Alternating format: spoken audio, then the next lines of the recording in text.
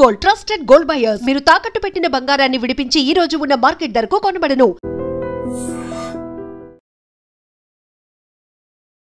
నమస్తే, welcome to I dream inside politics with కవిత.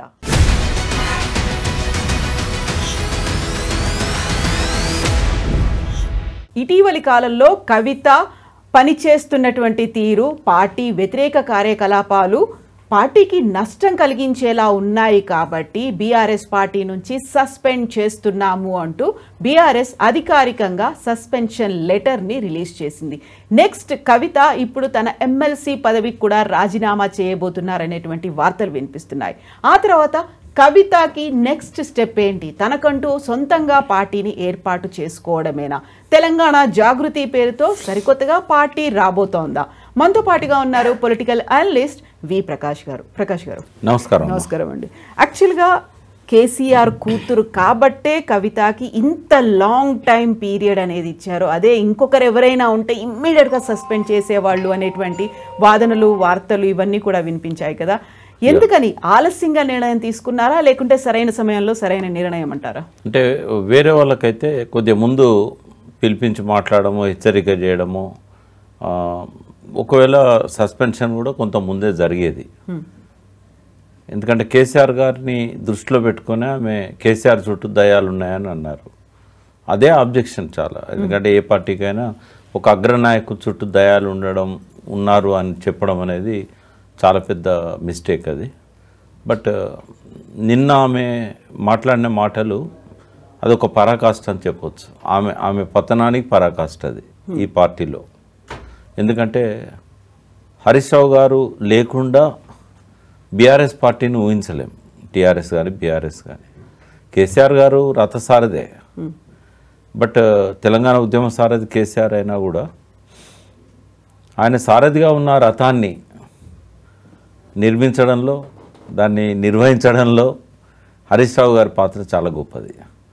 ఏకంగా నా దృష్టిలో అయితే సరే కేటీఆర్ గారికి ఇచ్చే గౌరవం కేటీఆర్ గారికి ఇస్తాము, ఆయన is a working president. But బిగినింగ్లో కేటీఆర్ గారు, కవిత గారు లేనప్పుడు తాను ఒక్కడై భుజాల మీద వేసుకున్నాడు ఆ పార్టీని. అప్పుడు సంతోష్ గారు కూడా లేరు.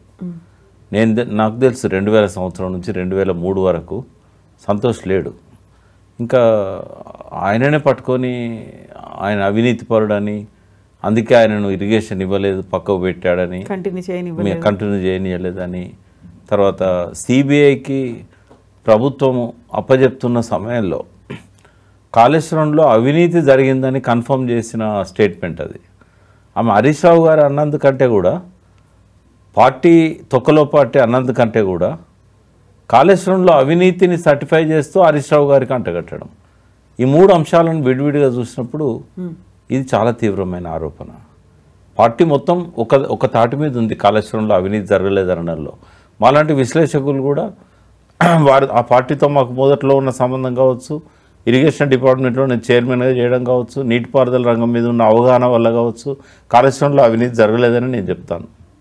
అటువంటిది ఏకంగా ఆయనను టార్గెట్ చేసి అవినీతి జరిగిందని చెప్పడం అని అంటే అది చాలా సీవియర్ అభ్యంతరకరమే కాకుండా పార్టీకి తీవ్ర నష్టం కలిగించేది. భవిష్యత్తులో సిబిఐ ఎంక్వైరీకి ఇది ఒక సాక్ష్యం కూడా అవుతుంది.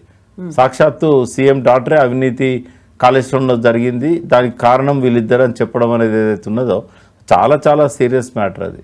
కాబట్టి ఇంకా పార్టీలో మొదటి రోజు నుంచే నాకు చాలామంది ఎమ్మెల్యేస్ కూడా ఫోన్ చేశారు, సిట్టింగ్ ఎమ్మెల్యేస్ ఆఫ్ టీఆర్ఎస్.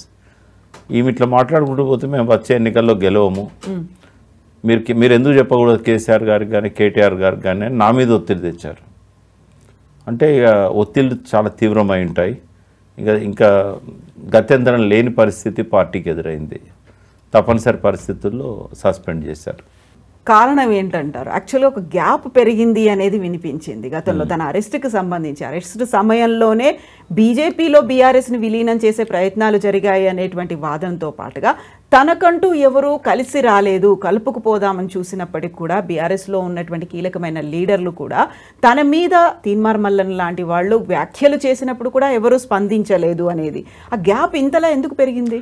తనే పెంచుకున్నది కదమ్మా. ఇప్పుడు ఆ రోజు ఎయిర్పోర్ట్లో ఆ స్టేట్మెంట్ ఇవ్వకుండా ఆ లెటర్ ఏదైతే లీక్ అయిందో దాన్ని బయటికి మీడియాకు పెద్దగా దాని మీద కేసీఆర్ గారి దగ్గర నుంచి ఆ లెటర్ లీక్ అయింది అనే వ్యాఖ్యలు చేయకుండా దాన్ని ఇగ్నోర్ చేసి దానివల్ల ఆమెకు మైలేజ్ వచ్చింది. లెటరు బయటికి రావడం వల్ల ఆమె పార్టీలో ఉన్న అంశాలనే ఆమె ప్రశ్నించారు, ఆమె తప్పేం చేయలేదని ఒక మైలేజ్ వచ్చింది. కానీ దాన్ని ఆమె కాపాడుకోలేకపోయారు. ఎయిర్పోర్ట్లో మీడియా సమావేశంలో ఆమె చేసిన వ్యాఖ్యల వల్ల ఆ గ్యాప్ అక్కడ నుంచి స్టార్ట్ అయింది. అయితే ఆమె చిట్ చాట్ పేరుతోని తర్వాత కాలంలో 2 సార్లు మీడియా వాళ్ళతో మాట్లాడినాయి. అవి ఆఫ్ ది రికార్డ్ అన్నా చిట్ చాట్ అంటే బయటకు వస్తాయి. ఇట్లాంటివి ఏవి చేయకుండా ఉండాల్సింది. తర్వాత వరుసగా 2-3 కార్యక్రమాలు కూడా నిర్వహించింది ఆమె. బీసీల కోసం అన్నా, ఒకవేళ కాళేశ్వరం కోసం అని చెప్పినా కూడా ఇవి కొంచెం పార్టీకి సంబంధం లేకుండా నిర్వహించిన కార్యక్రమాలు. అంటే ఈ గ్యాప్ తనే పెంచుకున్నది అనేది నాకున్న అవగాహన. తనే గ్యాప్ పెంచుకుంటూ వచ్చింది. ఎందుకని? దానికి కారణాలు బయటికి ఆమె ఏం చెప్పట్లేదు. ఆమె చెప్తున్నాయి వాస్తవాలు కాదు. ఆమె బయటికి చెప్తున్న లెటర్ లీక్ అనేది కావచ్చు కానీ ఇంకోటి కానీ పార్టీకి ఆమె దూరం కావడానికి కారణమైతే కాదు.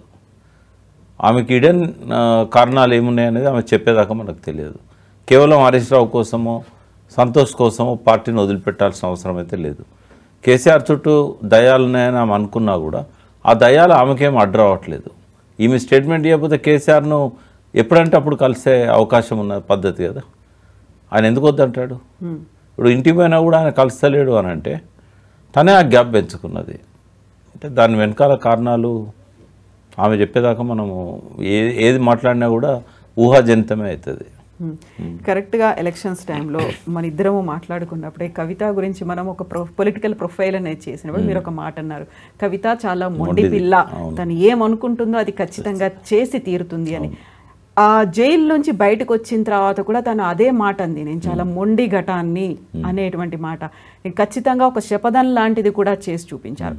తను అరెస్ట్ అయినప్పుడు బీఆర్ఎస్ అంతా ఖండించింది. తను మళ్ళీ జైలు నుంచి బయటకు వచ్చిన తర్వాత అదే స్థాయిలో వామ్ వెల్కమ్ కూడా తనకి జరిగింది. ఆ తర్వాత జరిగినటువంటి పరిణామాల్లో అంటారు కదా, మనకి ఈ మార్పుకి కారణం ఏంటి, అంత సడన్గా ఒక స్విచ్, ఒక టర్న్ అవ్వడానికి కారణం ఏంటి అసలు? ఇవి సహజ పద్ధతిలో పరిణామాలు జరిగితే అనలిస్టుల అంచనాలకు అంతదమ్మా. సహజ పద్ధతిలో జరగడం లేదు. దీని వెనకాల ఒక ఏదైనా కాన్స్పిరసీ ఉందా? నేనైతే ఉన్నదని అనుకుంటున్నా. ఎవరు చేయిస్తున్నారు? ఇప్పుడు ఆమె వల్ల పార్టీకి నష్టం జరుగుతూ ఉంది. పార్టీకి నష్టం జరిగితే కొంతమంది లాభం జరుగుతుంది. ఎవరైతే ఈ పార్టీ అడుగుజాడలు లేకుండా చేయాలి, ఈ పార్టీని బొందబెట్టాలి, ఇట్లాంటి ఆలోచనలు చేస్తున్న వాళ్ళు ఎవరైతే ఉంటారో వాళ్ళకు ఉపయోగపడే విధంగా ఆమె చర్యలు ఉన్నాయి. ఆ వెనకాల వాళ్ళు ఉన్నారా లేదా అనేది కాలమే తెలుస్తుంది. బట్ తను వేస్తున్న ప్రతి అడుగు, తను మాట్లాడే ప్రతి మాట వాళ్ళకు ఉపయోగపడే విధంగా ఉన్నాయి. అంటే ఒకటి తెలంగాణ శత్రువులు, రెండవది కేసీఆర్ గారికి వ్యక్తిగతంగా శత్రువులు. మరి అటువంటి వాళ్ళకు ఉపయోగపడే విధంగా మాట్లాడకూడదు కదా. నేను ఆ పార్టీలో లేకున్నా కూడా ఒక దీపాన్ని గాలి కారిపోనీయకుండా కాపాడినట్టుగా నేను ఆ పార్టీని కాపాడినా కేసీఆర్ గారు తెలంగాణకు చేసిన మేలు ఎవరికి సాధ్యంగా తెలంగాణ తెచ్చిందనే ఒక కృతజ్ఞతతో ఆయన నాకు ఇంటర్వ్యూస్ ఇయ్యని రోజుల్లో కూడా నేను ఆయన మీద ఎన్నడూ మాట్లాడలే అగెనిస్ట్గా. ఓటమికి ఆయన కొంత కారణమైనప్పుడు కొంత కోపం వచ్చి అహంభావం అని ఇట్లాంటి పదాలు నేను వాడినా కానీ ఇవాళ ఒక టవరింగ్ పర్సనాలిటీ ఎవరు అంటే తెలంగాణ కేసీఆర్ గారే. సరే అధికారంలోకి వస్తాడా రాడా అనేది పక్కకు పెడదాం. బట్ ఆయన మీద నిందలు, బురద చల్లడం ఇట్లాంటి ప్రయత్నాలు ఎవరు చేసినా కూడా మాలాంటి వాళ్ళకు బాధ అనిపిస్తుంది. ఎందుకంటే సరే పెద్ద పదం అయితే కావచ్చు, ఈజ్ మై ప్రోడక్ట్ అని నేను చెప్పలేను, కానీ జయశంకర్ లాంటి వాళ్ళు సృష్టించిన ఒక గొప్ప వ్యక్తి ఆయన టీడీపీలో ఉంటే ఆయన ఎవరు పట్టించుకునే వాళ్ళు కాదు. ఆయన ఏ మంత్రి ఉన్నా కూడా పెద్దగా ఆయనకు పలుకుబడి పెరిగేది కాదు. ఆయన అంతకుముందు ట్రాన్స్పోర్ట్ మినిస్టర్ ఉన్నా కేసీఆర్ గారు ఎవరికి గుర్తు కూడా లేరు. తెలంగాణ నినాదమే ఆయన లేపింది. ఆ తెలంగాణ నినాదమే ఆయన నా పార్టీ అధ్యక్షునిగా రాణించడానికి సహాయపడ్డది. ఆ తెలంగాణ నినాదమే ఆయన ఎన్నికల్లో ముఖ్యమంత్రి కావడానికి కూడా కారణమైంది. కాబట్టి ఆ వ్యక్తిని ఎవరు దూషించినా పరోక్షంగా నోటితో పొగిడి నొసటితో వెక్కిరించిన నిన్న కవిత గారు మాట్లాడిన మాటల్లో ఆ తండ్రి కోసము అవసరమైతే తొక్కలో పార్టీ అంటే ఎవరి గురించి అయితే మీరు కాపాడాలని ప్రయత్నం చేస్తున్నారో మీ ప్రవర్తన వల్ల ఆ వ్యక్తికే నష్టం జరుగుతున్నప్పుడు ఆయన ప్రతిష్ట మంటగలిసిపోతున్నప్పుడు ఈ ద్వంద్వ విధానాలు ఏవైతే ఆమె మాటల్లో కనబడ్డాయో హరీష్ రావు మీద కాళేశ్వరం అవినీతిని ఆపాదించడం అంటే అది కేసీఆర్కి ఆపాదించడం. హరీష్ రావు మామూలు మంత్రి అనలా, కానీ ముఖ్యమంత్రి కేసీఆర్. సిబిఐ విచారణ సమయంలో సిబిఐకి ఇచ్చినందుకే అంత ఆవేశం కోపం నిజమైతే అదే సమయంలో హరీష్ రావు మీద అవినీతి ఆరోపణ చేయకూడదు. సమయం చాలు చేయాలనుకున్నప్పుడు ఎప్పుడైనా చేయొచ్చు కదా. మొన్న 24 గంటల ముందు హరీష్ రావు గారి ఇమేజ్ తారాస్థాయికి పోయింది. అసెంబ్లీలో 33 మంది 33 సార్లు గొంతు నొక్కాలని చూసినా కూడా కురుక్షేత్రంలో అభిమన్యుల్లా కొట్లాడిండు. ఈ టైంలో ఈ రకమైన కామెంట్ చేయడం అంటే, ఆయన ఇమేజ్ను భూస్థాపితం చేసే ప్రయత్నం చేయడం అంటే, ఎన్నుకున్న సమయం మాట్లాడిన మాటలు ఎవరం జీర్ణించుకోలేం. కాబట్టి సరైన నిర్ణయం సరైన సమయంలో ఆ పార్టీ తీసుకున్నది. ఇప్పుడు యాక్చువల్గా కవిత అరెస్ట్ అయ్యి జైల్లో ఉన్నప్పుడు కూడా ఒక కూతురు జైల్లో ఉంది కాబట్టి తండ్రిగా తను వెళ్ళి చూడలేకపోయారు అనేది ఒక ఎమోషనల్ అటాచ్మెంట్, ఒక ఫీలింగ్ అనేది అక్కడ కనిపించింది. ఆ తర్వాత జైలు నుంచి వచ్చిన తర్వాత తను వెళ్ళి ఫామ్ హౌస్లో కేసీఆర్ని కలిసిన తర్వాత మాత్రమే దెవర్ ఇన్ టీయర్స్.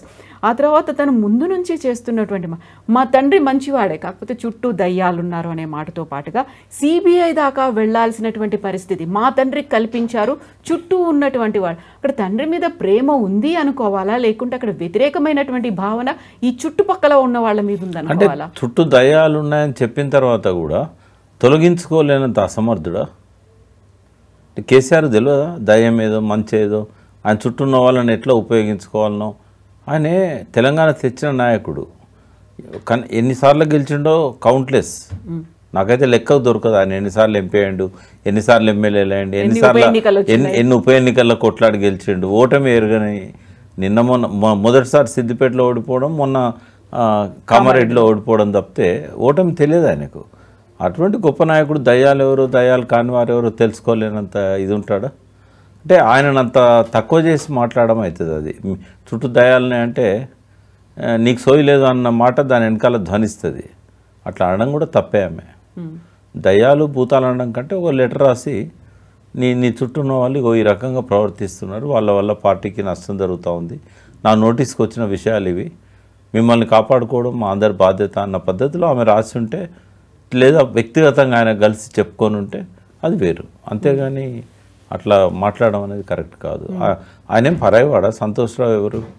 వాళ్ళ సొంత చిన్నమ్మ కొడుకు కదా. అట్లా మాట్లాడడం కరెక్టా? సో ఇప్పుడు ఇంత జరిగింది, కవిత మీద ఎవరో ఇన్ఫ్లుయెన్స్ ఉంది అనుకుంటున్నప్పుడు నా వెనకాల ఎవరూ లేరు, కాంగ్రెస్ లేరు, బీజేపీ లేదు అనేటువంటి మాట తను చాలా గట్టిగానే చెప్తూ వచ్చింది. అయినప్పటికీ కూడా విత్ ఇన్ 24 అవర్స్లో తన్ని సస్పెండ్ చేసేశారు. సస్పెండ్ చేస్తే తను కూడా ఇమ్మీడియట్గా ఇంకో స్టెప్ నేను ఎమ్మెల్సీ పదవి కూడా రాజీనామా చేస్తాను అనేటువంటి ఆలోచనలో తను ఉందని. ఆ తర్వాత మళ్ళీ తనంతట తనగా ఒక పార్టీ పెట్టబోతుందా, తెలంగాణ జాగృతిని అందుకే స్ట్రెంథెన్ చేసిందా అనేటువంటి మాట. అంటే ఆమెకు రైట్ ఉంది కదమ్మా, పెట్టొచ్చు కదా. ఇప్పుడు ఈ పార్టీలోకి వెళ్ళి సస్పెండ్ అయింది. సస్పెండ్ అయిన తర్వాత ఆమె ఇంకొక పార్టీ పెట్టుకోవడానికి ఆమెకు రైట్ ఉంది కదా. సస్పెండ్ అయింది కాబట్టి ఆమె ఇండిపెండెంట్ అయిపోయింది ఇప్పుడు ఎమ్మెల్సీగా. అంటే రేపు బహుశా టర్మినేట్ కూడా చేస్తారు. టర్మినేట్ చేసిన తర్వాత ఆమె ఎమ్మెల్సీ కంటిన్యూ కావచ్చు, దానికి ఏం రిజైన్ చేయాల్సిన అవసరం లేదు. ఎమ్మెల్సీ ఉంటే ఆమె ఇంకో పార్టీ పెట్టుకోవచ్చు, దాన్ని ఎవరు కాదన్నారు. సరే ఆమెకు ఒకవేళ శక్తి ఉంటే ఆ పార్టీని అగ్రస్థానంలో పోటీకి నిలపగలిగే స్థాయికి తీసుకుపోతుంది. ఒకవేళ జనం ఆమె చేసింది తప్పు అని అనుకుంటే, కేసీఆర్ బిడ్డగానే ఆమెను చూసుంటే, కేవలం జాగృతి అధ్యక్షురాలుగానే ఆమెను చూస్తుంటే ఆ స్థాయికి ఆమె ఎదగకపోవచ్చు. బట్ పార్టీ పెట్టగానే ఎవరు అధికారంలోకి రావాలనుకోరు. 5 ఏళ్ళలో 10 ఏళ్ళలో కష్టపడుతుంది. ఆమె ఆలోచనలు ఏందో మనకైతే తెలియదు. బట్ ఒకవేళ పార్టీ పెట్టాలనుకుంటే పెట్టుకోవచ్చు, ఆమె ఇబ్బంది ఏముంది. ఈ మధ్య కాలంలో విపరీతంగా వినిపించినటువంటి మాట తెలంగాణలోనే సరికొత్తగా ఒక పార్టీ రాబోతోంది అని. తీన్మార్మల్లన్న పెడుతున్నారా, లేకుంటే బీసీల తరఫున ఒక పార్టీ రాబోతుందా అనుకుంటే అనుకోకుండా తెలంగాణ జాగృతి రూపంలో ఇంకో పార్టీ రాబోతోంది అనేటువంటి విశ్లేషణలు కూడా ఉన్నాయి. పార్టీలు చాలా వచ్చాయమ్మా. ఇప్పుడు 1947 తర్వాత ఇంకా ముందు తీసుకుంటే 52 తర్వాత మొదటి పౌర ఎన్నికలు జరిగినాయి 1952 బూరుగుల రామకృష్ణారావు గారు. ఆ రోజు నుంచి ఈ రోజు వరకు నాకు తెలిసి ఒక 60-70 పార్టీలు అంటే ప్రముఖ నాయకులు పెట్టిన 60-70 పార్టీలు ఉంటాయి. మిగిలిన ఎన్ని పార్టీలమ్మా? మిగిలిన పార్టీలలో మనం చూస్తే ఒకటి తెలుగుదేశం, 2 టీఆర్ఎస్, ఇంకా వేరే పార్టీ ఏది మిగిలలేదు. అదివరకు బాగా బలంగా ఉన్న సిపిఐ, సిపిఎంఏ పతనం అయిపోయినాయి. మరి పార్టీలు పెట్టడంలో సంతోషం ఏమున్నది? ఆ పార్టీని నిలబెట్టుకోగలగాలి. ఆ పార్టీకి స్పేస్ ఉందా? ఒక కరెక్ట్ స్పేస్ ఉన్న టైంలో తెలుగుదేశం వచ్చింది, 9 నెలల్లో టార్గెట్ అచీవ్ చేసింది, అధికారంలోకి వచ్చింది. తెలంగాణ మాడిపోతున్న సమయంలో ఎక్కడ దొరికితే అక్కడ ఎన్కౌంటర్లు, రైతుల ఆత్మహత్యలు, పొద్దున్న లేవగానే పల్లెల్లో ఇనుప బూట్ల చప్పుళ్ళు, పొద్దున్న లేవగానే ఊరు వాళ్ళంతా పోలీస్ స్టేషన్ల పైరవీలు, ఇట్లా ఉన్న సమయంలో కరెక్ట్ టైంకి టీఆర్ఎస్ వచ్చింది. స్పేస్ ఉండాలి, పొలిటికల్ స్పేస్ ఉంటే ఏ పార్టీకైనా అవకాశం ఉంటుంది. ఇప్పుడైతే స్పేస్ ఉన్నట్టు కనబడతలేదు. కొంత ప్రయత్నం చేస్తే బీసీ పార్టీలకు కొంత స్పేస్ ఉండొచ్చు, కానీ ఇప్పటికిప్పుడు ఆ స్థాయిని భర్తీ చేయగలిగిన, ఒక స్పేస్ని కవర్ చేయగలిగిన నాయకుడు కానీ ఆ పార్టీ కానీ ఇంకా రాలే. వస్తే చూద్దాం. కానీ ఏమన్నా అవకాశం ఉంటే ఆ బీసీ పార్టీకి ఒక స్పేస్ ఉంటుంది, కానీ వేరే ఏ నాయకునికి ఏ పార్టీకి కూడా అవకాశం లేదు, ఇప్పుడు స్పేస్ లేదు ఇప్పుడు. సో బీఆర్ఎస్లో ఉంటూనే తెలంగాణ జాగృతిని బాగా డెవలప్ చేసుకున్నారు. ఇక్కడే కాదు, విదేశాల్లో కూడా శాఖలు, ఆ తర్వాత రౌండ్ టేబుల్ కాన్ఫరెన్సులు, లేకపోతే నిరసన ప్రదర్శనలు, ఇవన్నీ తనంతట తనుగా ఒక డిజైన్ చేసుకుని ముందుకెళ్తున్నాడు. ఇప్పుడు నిజంగా ఒక పార్టీ కనుక పెడితే తనకంటూ అడ్వైజర్లు ఉండాలి, రాజకీయ సలహాదారులు అంటారు, గురువులు అంటారు, ఇలాంటి వాళ్ళు ఎవరెవరు తనతో వెళ్తారు, తన దగ్గరికి వచ్చేవాళ్ళు ఎవరు అంటే ఏం చెప్తారు? జీవితంలో వివిధ పనులలో ఉన్నవాళ్ళు, వివిధ లక్ష్యాలను పెట్టుకొని పనిచేస్తున్న వాళ్ళు, అది పారిశ్రామికవేత్తలు కావచ్చు, విద్యార్థులు కావచ్చు, మీలాంటి యాంకర్స్ కావచ్చు, లేదా సినిమా నటులు కావచ్చు, రాజకీయ నాయకులు కావచ్చు, 100కి 97% ఫెయిల్ అవుతారు. ఎందుకంటే వాళ్ళ గురువు ఉండడు. ఒకవేళ ఎవరన్నా చెప్పడానికి ప్రయత్నం చేసినా వినరు. గురువు లేని విద్య గుడ్డి విద్య అన్నట్టు ఈ మెంటర్ అనేవాళ్ళు లేనప్పుడు జీవితంలో సక్సెస్ రాదు. మెంటర్ ఉన్నంత మాత్రాన కూడా సక్సెస్ రాదు. మెంటర్ సబ్మిట్ కావాలి, మెంటర్ చెప్పినవి ఫాలో కావాలి. బంగ్లా మీకలు దునుకోమని మెంటర్ చెప్తే బంగ్లా మీకలు దునకాలి. ఎందుకంటే